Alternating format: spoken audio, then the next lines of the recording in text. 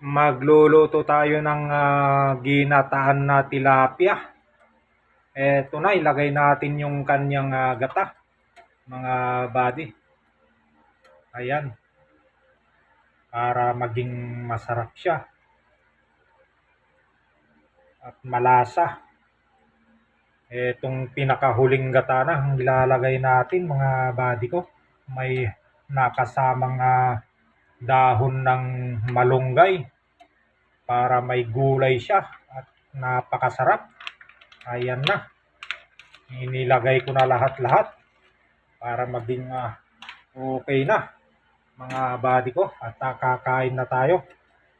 Eto, napakasarap nito.